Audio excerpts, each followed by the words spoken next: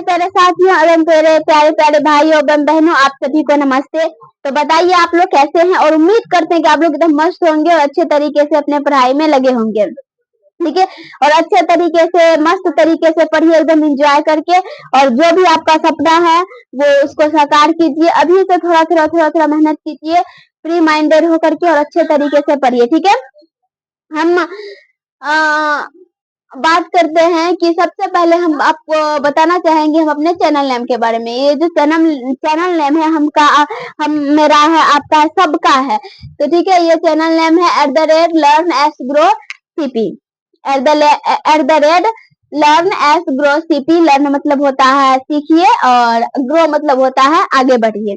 तो learn-as-grow-cp channel name है, और इस चैनल पे आप लोग आइएगा, पढ़िएगा। अगर क्लास अच्छा लगेगा तो लाइक कीजिएगा, सब्सक्राइब के बटन पे आप अपने प्यारे प्यारे हाथों से क्लिक कर दीजिएगा, और अगर किसी भी प्रकार की कमी दिखे तो कमेंट कीजिएगा। ठीक है, तो हम लोग शुरू करते हैं क्लास। आज हम लोग पढ़ने वाले हैं फिजिक्स। ठीक है, क्लास 12।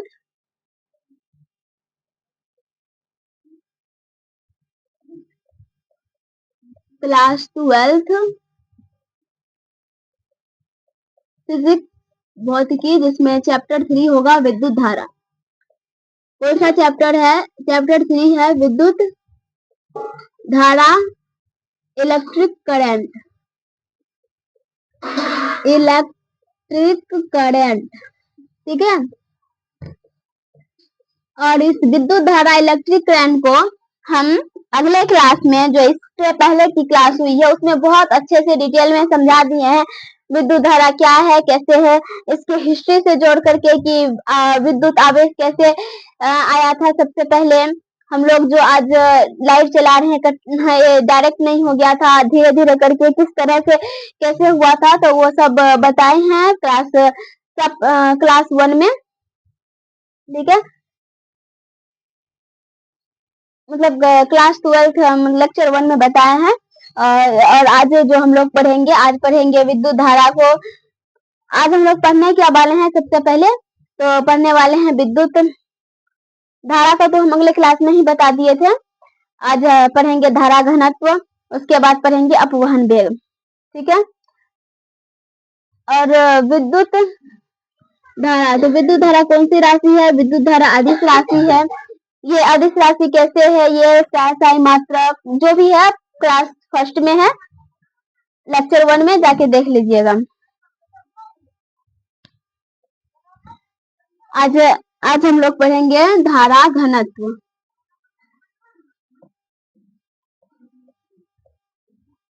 धारा घनत्व, ठीक है।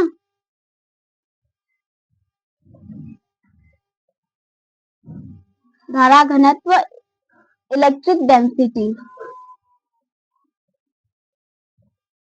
इलेक्ट्रिक डेंसिटी, डेंसिटी मतलब होता है घनत्व।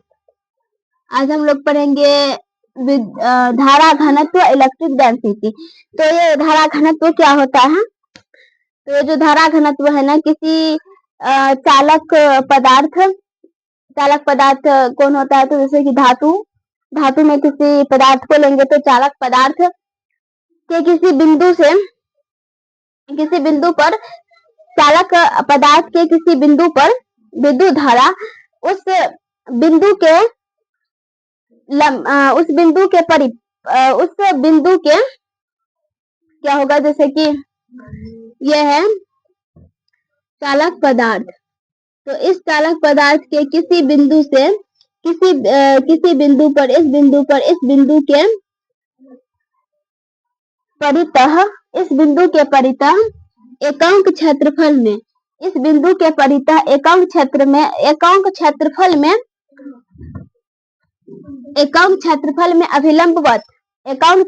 में अभिलंबवत गुजरने वाली विद्युत धारा के क्या होती है? बराबर होती है। ठीक है, आइए लिखते हैं धारा घनत्व। चालक पदार्थ, जैसे कि चालक पदार्थ लेंगे तो चालक चालक पदार्थ चालक के किसी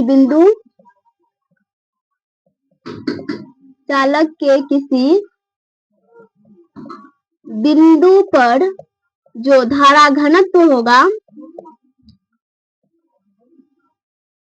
चालक के किसी बिंदु पर धारा घनत्व उस बिंदु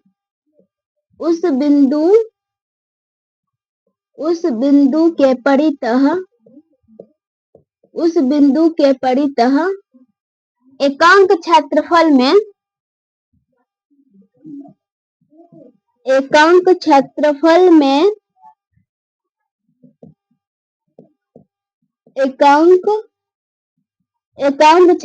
में जैसे क्षेत्रफल को हम क्या मानेंगे, एक एकांक क्षेत्रफल में अभिलंबवत गुजरने वाली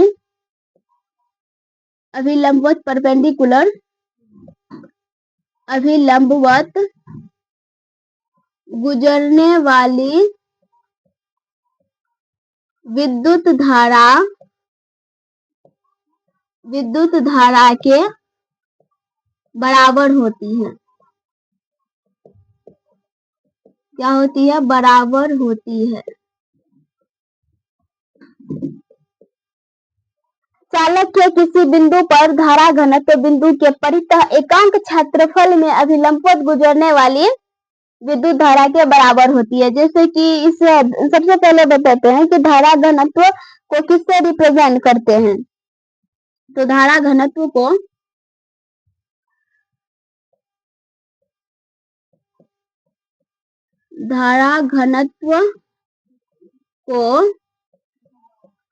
कैपिटल जे से प्रदर्शित करते हैं। सदिश राशि है तो इसमें वेक्टर देंगे। धारा घनत्व को जे से प्रदर्शित करते हैं।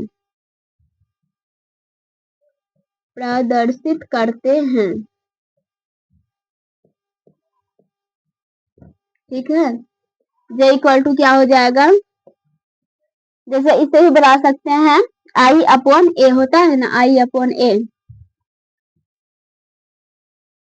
तो हम यहाँ से भी जैसे इसका जो फॉर्मूला है I/A, यहाँ से भी हम बना सकते हैं कि एकांक चालक के किसी बिंदु में पर जो धारा घनत्व होगा वो बिंदु के परितः एकांक क्षेत्रफल में अभिलंबवत गुजरने वाली धारा के बराबर होती है। धारा के क्या होती है? बराबर होती है।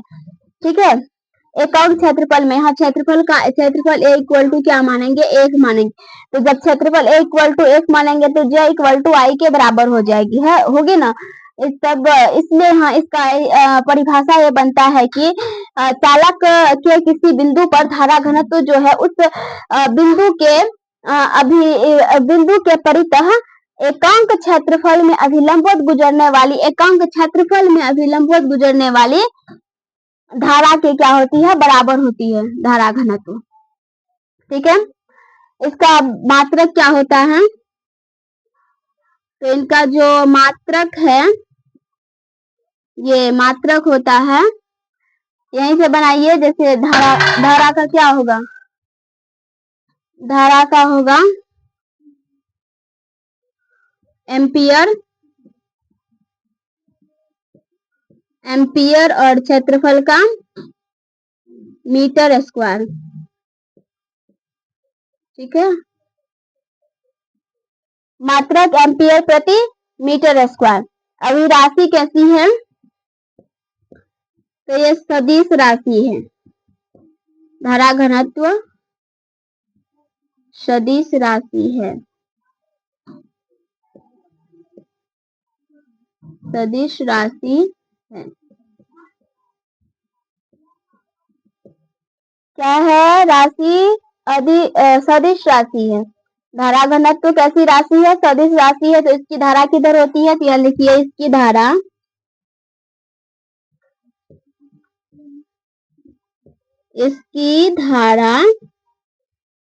विद्युत धारा की दिशा में होती है। इसकी धारा विद्युत धारा की दिशा में होती है। विद्युत धारा की दिशा में होती है। विद्युत धारा की दिशा में होती है।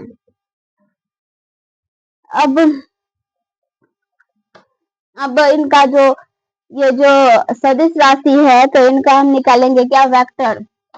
ठीक है, किस फॉर्म में, वेक्टर के फॉर्म में। तो जो इनका जो वेक्टर के फॉर्म में होगा वो होगा जैसे कि किसके किसके, जैसे यहाँ पे है एक विद्युत धारा और विद्युत धारा आई और क्षेत्रफल ए, एकांक क्षेत्रफल ए के बीच का जो कोण होगा। ठीक है, विद्युत धारा आई और क्षेत्रफल ए के बीच थीटा कोण पर। ठीक है, थीटा कोण पर। तो क्या होगा थीटा कोण पर, J equal to I upon a cos theta. तो यहाँ पे आई इक्वल टू हो जाएगा J ए कोस थीटा। तो फिर कोस थीटा का क्या होगा, कोस थीटा का डॉट होता है और साइन थीटा का क्रॉस होता है। आई इक्वल टू से डॉट ए वेक्टर।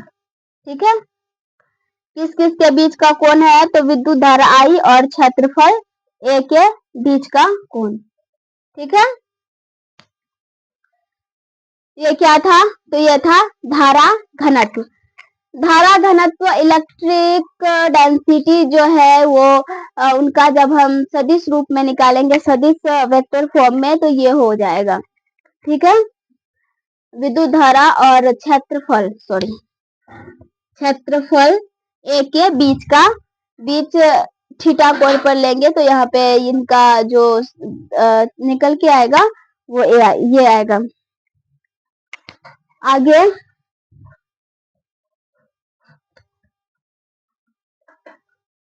आगे हम लोग पढ़ेंगे अपवहन वेग। ठीक है, अपवहन वेग से पहले हम लोग पढ़ेंगे यादृक्ष गति। ठीक है,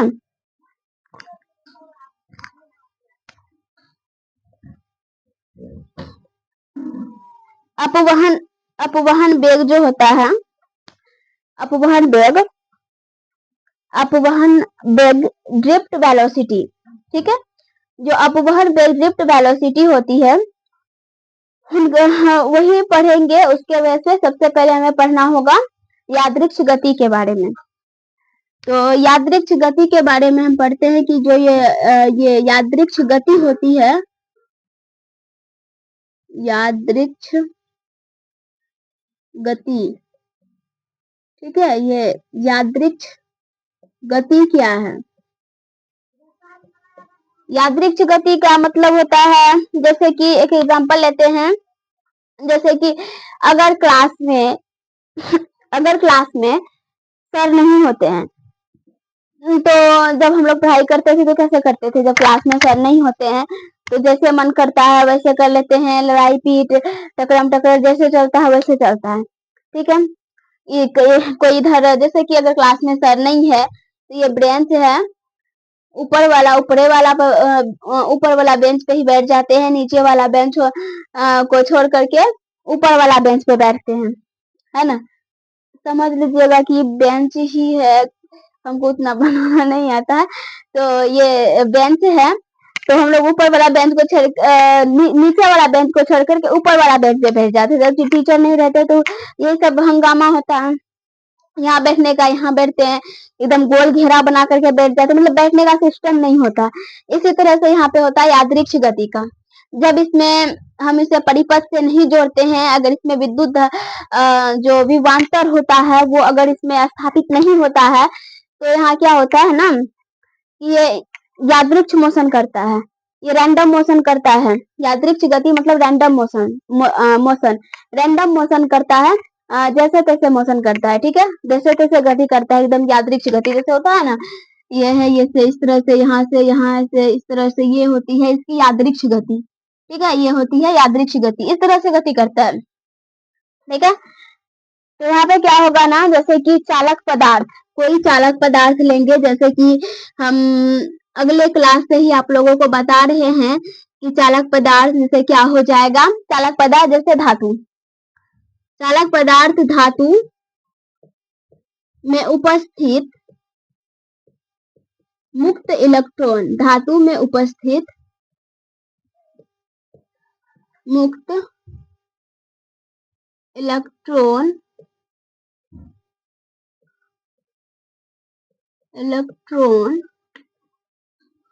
या कण, मुक्त इलेक्ट्रॉन या कण, मुक्त इलेक्ट्रॉन या कण क्या करते हैं, ये धनावेश, जैसे कि यहाँ पे ना मुक्त इलेक्ट्रॉन या कण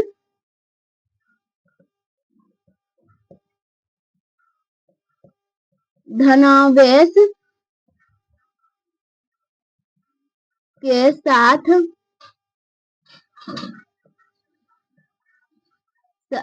इलेक्ट्रॉन के साथ, इलेक्ट्रॉन के चारों ओर होगा, इलेक्ट्रॉन के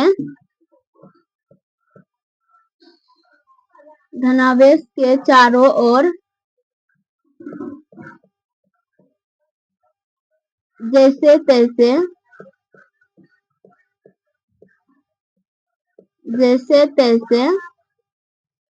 गति करते हैं।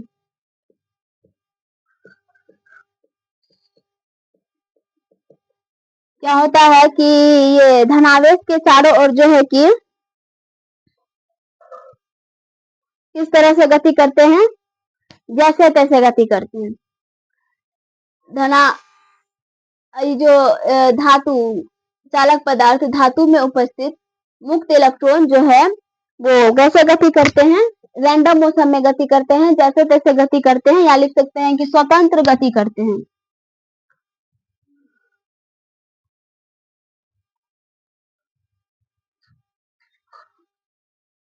मतलब चारों ओर नहीं होगा, बीच हो जाएगा, सॉरी, कि धनावेश के बीच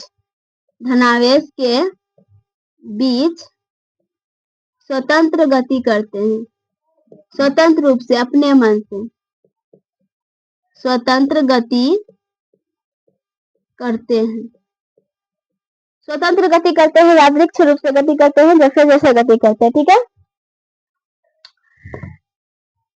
चालक पदार्थ धातु में उपस्थित मुक्त इलेक्ट्रॉन या कण जो होते हैं वो कैसे गति करते हैं, तो धनावेश के बीच स्वतंत्र गति करते हैं। इसी गति के बीच जो इसमें टक्कर होती है ना,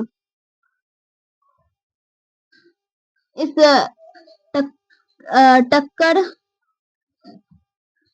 जब जैसा तैसा गति करेगा, जैसे कि जैसा तैसा गति करता है, यहाँ पे इस तरह से ऐसे गति करता है, यहाँ पे ऐसे गति करता है, इसमें जो टक्कर भी होते हैं, टक्कर होता है ना, इसमें क्या होता है कि टक्कर होता है, जैसे अगर हम यहाँ पे ऐसे जो गति हो रही है, ऐसे फिर ऐसे फिर ऐसे फिर ऐसे, यहाँ पे क्या हो रहे हैं कि कण एक दूसरे से क्या हो रहे हैं, टकरा रहे हैं, कण क्या हो रहा है कि एक दूसरे से टकरा रहे हैं।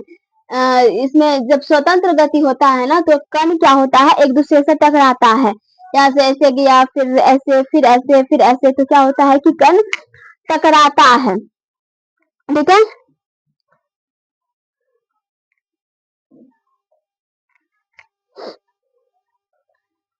इसी कण के टकराने के कारण, ठीक है, इसमें जो ये जो कण होता है, ये जो टकराते हैं, स्वतंत्र, ऐसे भी लिख सकते हैं कि स्वतंत्र गति में कण टकराने के कारण इसका थोड़ा सा ना इंक खत्म हो गया है।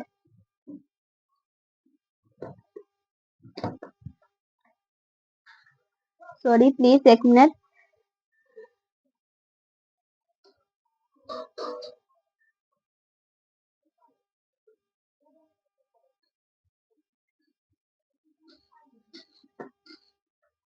ठीक है,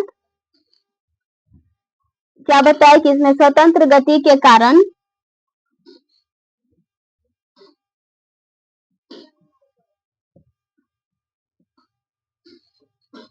स्वतंत्र गति के कारण स्वतंत्र गति के कारण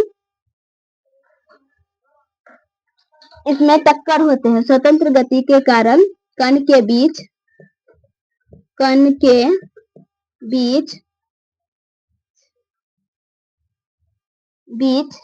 क्या होते हैं? टक्कर होते हैं।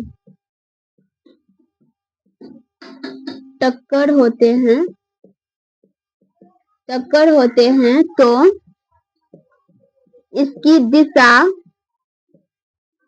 दिशा जो है, इसकी दिशा लगातार बदलती है।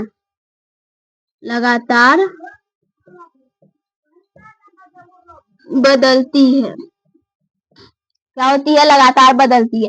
यहाँ से टक्कर हुआ तो इधर क्या होगी? लगातार यहाँ पे बदलती है। यहाँ पे क्या हो रहा है? तो यहाँ पे यादृच्छिक गति हो रही है।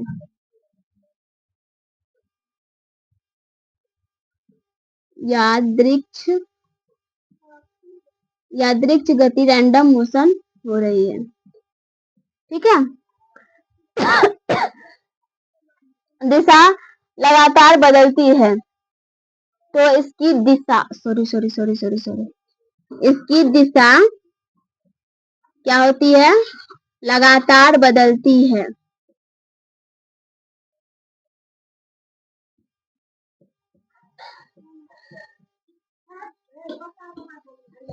दिशा लगातार बदलती है।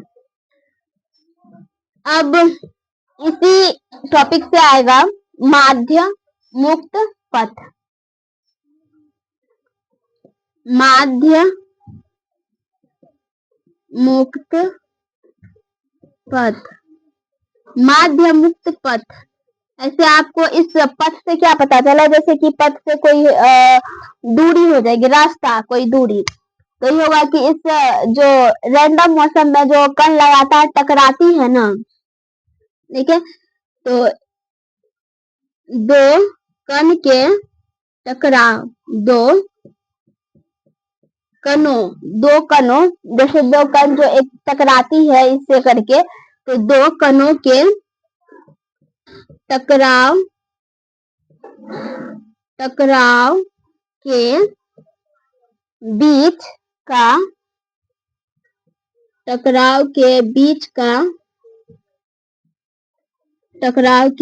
का क्या हो जाएगा? पथ, मतलब रास्ता, मतलब दूरी।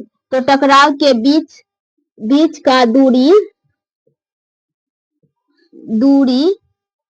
को माध्य मुक्त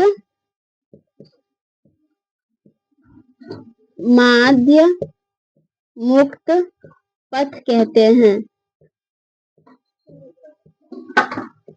इसमें तो इस रैंडम मोशन में, यादृच्छिक गति में, इसे लिख भी सकते हैं कि यादृच्छिक गति में दो कण के टकराव के कारण। ठीक है, इसे लिख भी लीजिए कि यादृच्छिक गति में फिर यहाँ से होगा कि दो कण के टकराव के कारण दो टकराव के बीच की दूरी को माध्य मुक्त पथ कहते हैं। इसे लैम्डा से प्रदर्शित करते हैं। इसे लैम्डा से प्रदर्शित करते हैं।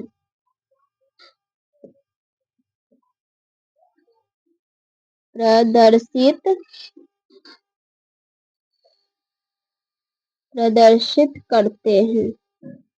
ठीक है, किससे प्रदर्शित करते हैं? तो लैम्डा से प्रदर्शित करते हैं। आप लोग कमेंट में बताइएगा भी कि राइटिंग सही है कि नहीं है। इसे किससे प्रदर्शित करते हैं? लैम्डा से। इसका मान कितना होता है? तो मान होता है 10⁻⁻⁹। ठीक है, कितना होता है? 10⁻⁻⁹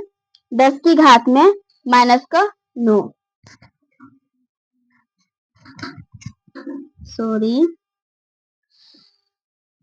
10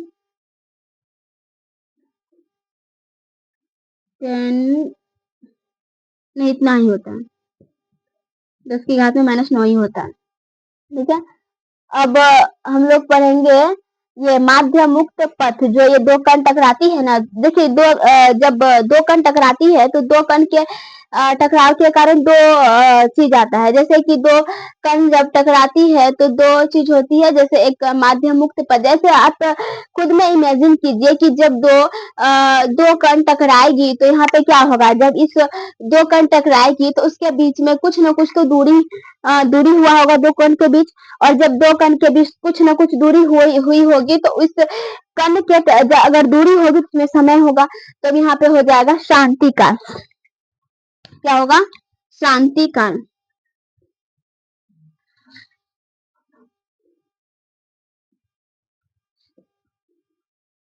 शांति काल, क्रांति काल। तो क्रांति काल क्या हो जाएगा? क्रांति काल होगा जैसे कि यादृक्ष गति में दो कण के टकराव के बीच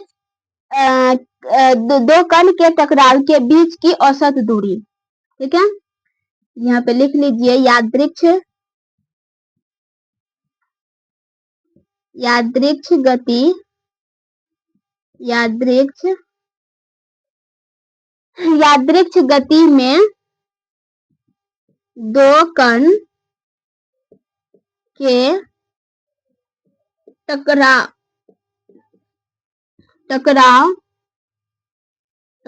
में दो कण के टकराव में औसत समय, दो कण के टकराव में औसत समय कितना समय लगा? तो दो कण के टकराव में औसत समय।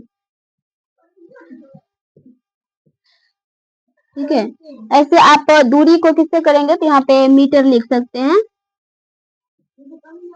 मीटर। ठीक है, तो यादृक्ष समय का हो जाएगा सेकेंड। क्रांति काल यादृक्ष गति में दो कण के टकराव में औसत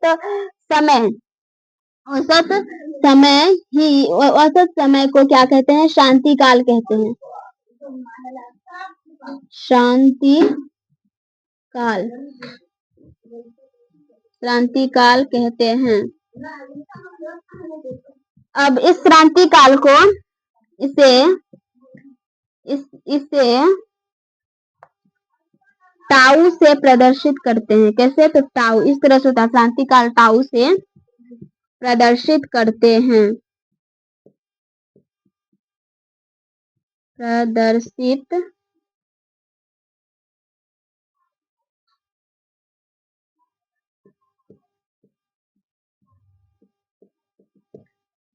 इनका मान कितना हो जाएगा? 10⁻⁻14, 10⁻⁻14 सेकेंड होगा।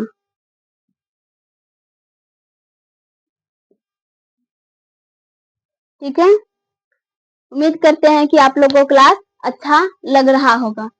आगे हम लोग अब पढ़ेंगे जिसके बारे में यहाँ से यहाँ हम लोग जाने यादृक्ष गति के बारे में, माध्य मुक्त पथ के बारे में, शांति काल के बारे में। अब हम लोग अपने जो टॉपिक है उस पे आएंगे, क्या? अनुगमन वेग पे। अनुगमन वेग, ड्रिफ्ट वेलोसिटी। ठीक है, आइए लिखिए अनुगमन वेग,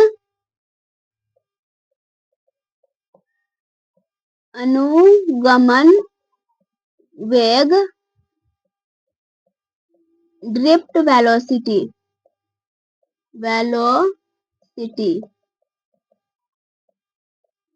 अनुगमन वेग, ड्रिफ्ट वेलोसिटी। तो ड्रिफ्ट वेलोसिटी क्या होगा? जैसे कि हम लोग पहले पढ़े थे, जो यादृक्ष गति हो रहा था उस पर कैसे हो रहा था, क्योंकि उसमें ना कोई पथ परिपथ से हम उसे जोड़े नहीं थे, ऐसे ही था। तो यही कारण है, वहां पे जो यादृच्छिक गति होती है ना, उस टकराव के कारण ना उसकी करंट खत्म हो जाती है। इसलिए ऐसे आप छुएंगे तो करंट नहीं लगेगा, लेकिन वहीं से परिपथ से जोड़ देंगे, उसमें जो कण होता है ना, कण वो क्या होती है, एक दिशा में चलने लगती है। ठीक है, ये लिखेंगे इसमें। यहाँ पे क्या होगा कि वहां पे क्या कर रहे थे, वहां पे हम परिपथ से नहीं जोड़ रहे थे, लेकिन यहाँ जो अनुगमन वेग ड्रिफ्ट वेलोसिटी है, यहाँ पे हम क्या करेंगे कि परिपथ से जोड़ेंगे। वही यहाँ पे हम लिखेंगे, जब किसी चालक पदार्थ में क्या करते हैं हम लोग, विभवांतर, जब किसी चालक पदार्थ को परिपथ से जोड़ते हैं, या जब किसी चालक पदार्थ में विभवांतर स्थापित होता है, जब किसी चालक पदार्थ में विभवांतर स्थापित होता है,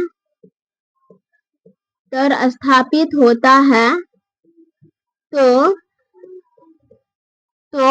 विभवांतर स्थापित होगा तो क्या होगा, विभवांतर स्थापित होता है तो विद्युत क्षेत्र उत्पन्न होता है।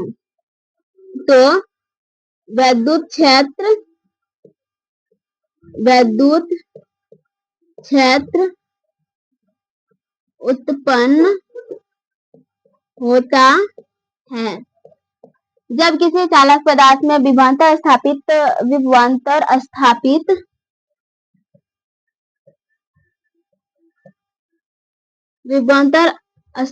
होता है।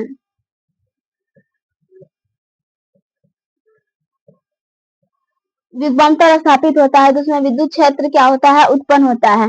इस विद्युत क्षेत्र के उत्पन्न होने के कारण, विद्युत क्षेत्र उत्पन्न होता है तो इस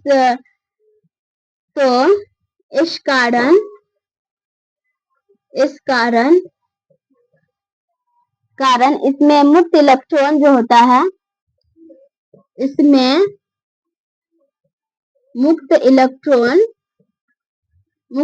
क्या करते हैं, एक निश्चित दिशा में गति करते हैं। आप लोग एक बात याद रखिएगा, जो अनुगमन वेग है, ड्रिफ्ट वेलोसिटी, इसे हम अपवाह वेग भी कहते हैं। अनुगमन वेग कहते हैं, अपवाह वेग कहते हैं। ठीक है, ड्रिफ्ट, इसे इंग्लिश में इसका एक ही होता है, ड्रिफ्ट वेलोसिटी। तो आप लोग इंग्लिश अच्छे से याद रख सकते हैं। ठीक है, हाँ, यहाँ पे हो जाएगा, जब किसी चालक पदार्थ में विभवांतर स्थापित होता है तो विद्युत क्षेत्र उत्पन्न होता है, तो इस कारण इसमें क्या होते हैं, मुक्त इलेक्ट्रॉन जो है, इस कारण चालक में उपस्थित मुक्त इलेक्ट्रॉन, ऐसे लिखेंगे तो और बेहतर होगा। तो इस कारण चालक में उपस्थित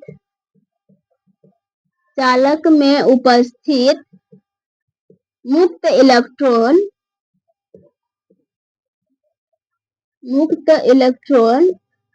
क्या होते हैं, एक निश्चित दिशा में गति करने लगते हैं। एक निश्चित दिशा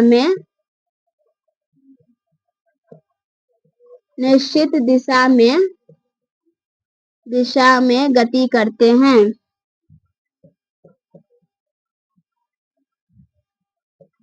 एक निश्चित दिशा में गति करते हैं, एक निश्चित दिशा में गति करते हैं। जैसे हम आप लोग को समझा रहे हैं, जैसे कि एक कोई यहाँ पे ये एक कोई चालक पदार्थ है। ठीक है, ये चालक पदार्थ है, इसको हम परिपथ से क्या किए, जोड़ दिए। जब हम इसे परिपथ से जोड़ते हैं तो इसमें विभवांतर स्थापित होगा, विद्युत क्षेत्र उत्पन्न होगा। ठीक है, विद्युत क्षेत्र उत्पन्न होगा तो इसमें धारा प्रवाहित हो जाएगी। तो इसमें जो इलेक्ट्रॉन होते हैं ना, इलेक्ट्रॉन एक निश्चित दिशा में गति करने लगते हैं, एक दिशा में गति करने लगते हैं। ये क्या चालक पदार्थ है,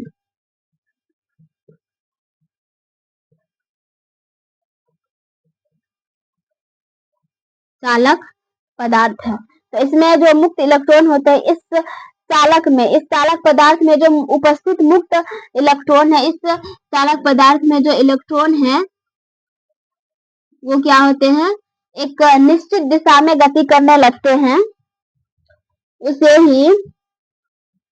उसे ही हम क्या कहते हैं, अनुगमन वेग कहते हैं। अनुगमन या अपवाह बोले, अपवाह वेग कहते हैं।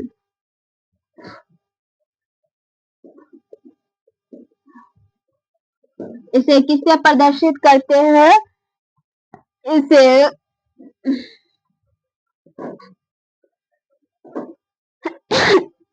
इसे वीडी, अनुगमन वेग को वीटी से प्रदर्शित करते हैं, दर्शित करते हैं।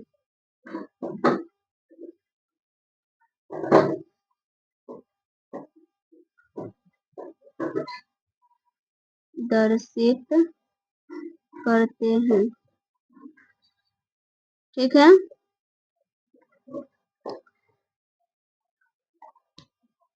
अनुगमन वेग, ड्रिफ्ट वेलोसिटी। जब किसी चालक पदार्थ में विभवांतर स्थापित होगा तो विद्युत क्षेत्र उत्पन्न होगा, तो इस कारण क्या होंगे, इसमें मुक्त इलेक्ट्रॉन क्या हो जाएगा, एक निश्चित दिशा में गति करने लगेंगे। समझ जाइए, टीचर जी आ गए हैं, तो अब अपना अपना पोजीशन में आ जाइए। तो वही मुक्त क्या होते हैं, जो इसमें जो मुक्त इलेक्ट्रॉन होते हैं, जो पहले यादृश गति कर रहे होते हैं, रैंडम मोशन में होते हैं, वो अब एक सीधी दिशा में, एक निश्चित दिशा में गति करने लगते हैं। उसे ही अनुगमन वेग या अपवाह वेग कहते हैं। इसे वीडी से प्रदर्शित करते हैं। अब इसका जो सूत्र होगा, अनुगमन वेग का सूत्र होगा, वो आपको कल अगली क्लास में हम लोग बताएं। आज इतना ही रखते हैं। अगर क्लास अच्छा लगा होगा तो लाइक कीजिएगा, सब्सक्राइब कीजिएगा। अगर कहीं भी किसी प्रकार का कमी दिखे तो प्लीज रिक्वेस्ट है कि कमेंट कीजिएगा। बाय।